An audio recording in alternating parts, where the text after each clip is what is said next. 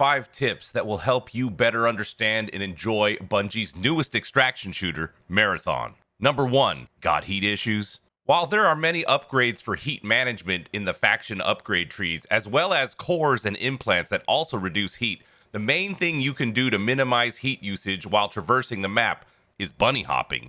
Take your knife out, sprint, and jump, jump, jump.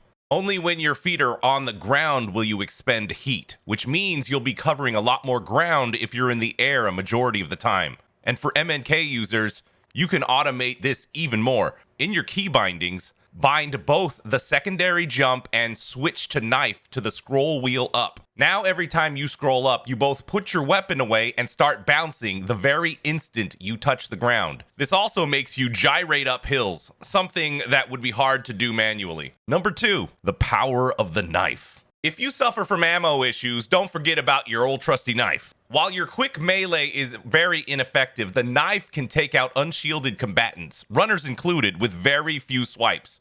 In fact, a 3-hit combo will dispatch all unshielded drones, and it might save you from a gunfight where you run out of ammo. And did I mention there are knife skins in the game? Number 3, ammo and the barter system. If you go into your runs with free kits, you're gonna find out that ammo is pretty darn scarce. But this isn't always the case. Marathon has a barter system where each faction has items you can exchange for materials. That's a big part of what those random materials are for. You can barter your way to ammo, health kits, shield charges, and even weapons without spending any money at all. There's also faction skill tree nodes that allow for daily free packages of each of these consumables to stock you for the first couple runs at no cost. Number 4, the material chase. What are all these mats and what are they for? Materials in Marathon are primarily used to purchase faction upgrades as well as barter for essential items you need during your runs. In fact, each material in your vault will tell you exactly which faction it is associated with. Just hover over them and it shows you in the description. On top of that, you can track materials you need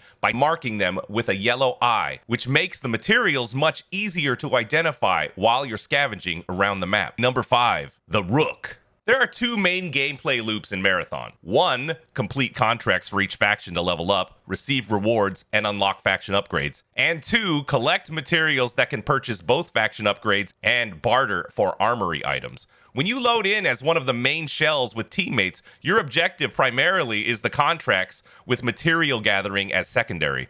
But with the Rook, materials are the primary objective since contracts are not allowed. Playing as the Rook is a totally different sub-game mode, focused around scavenging without getting caught. You drop in late and try to find the mats necessary to upgrade faction trees and barter between runs. If you can get out with more, even better. This is also where prox chat is the most important. You may need to negotiate your way into an exfil or 2. I hope you learned something.